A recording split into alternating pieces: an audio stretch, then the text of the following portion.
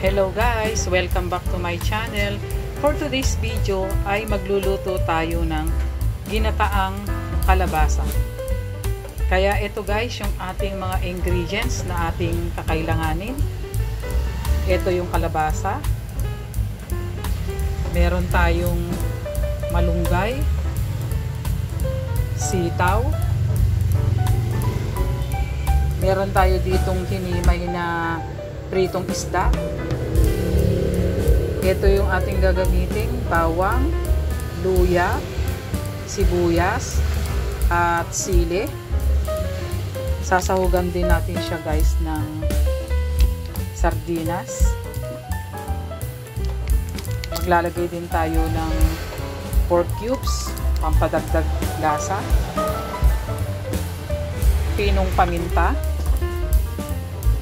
patis, at saka coco mama. Bukod dyan guys ay kakailanganin din natin ng mantika. Kaya start na tayo guys sa ating pagluluto.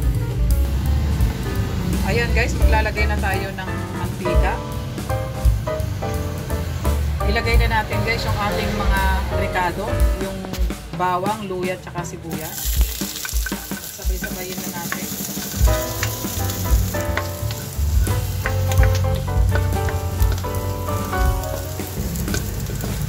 Ayan guys, na-away ko na yung aroma ng ating mga ingredients. Kaya isunod na natin yung ating hinimay na pritong isda.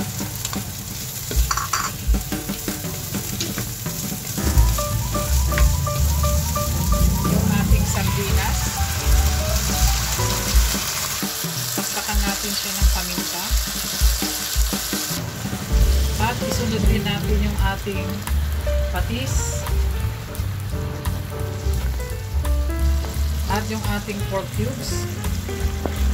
Sabay haluin.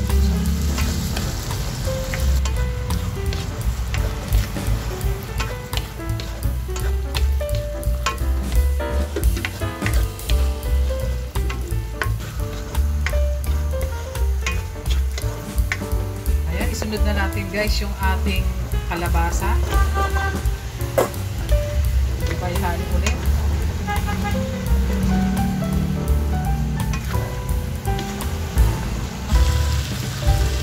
At lagyan natin siya guys ng tubig, ating pangsabaw. At takpan lang natin guys siya saglit. Antayin lang nating bahagyang lumambot yung ating kalabasa. Update guys sa ating niluluto. Ayan, tulukan na. Haluin natin.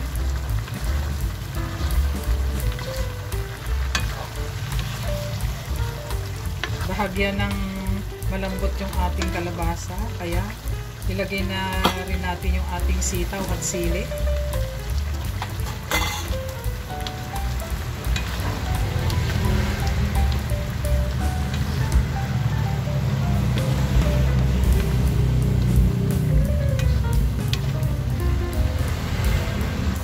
Kaya ilagay na rin natin guys yung ating gata. Pan ulit natin. Update guys ulit sa ating niluluto. Wow, ang bango ng ating niluluto. Wow.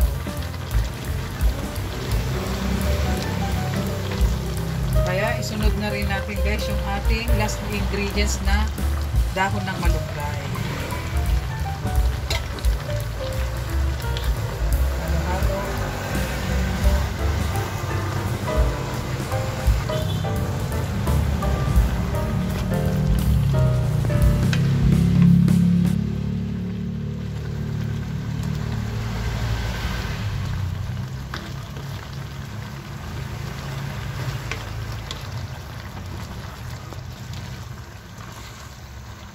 Wow, sarap. Bango ng amoy.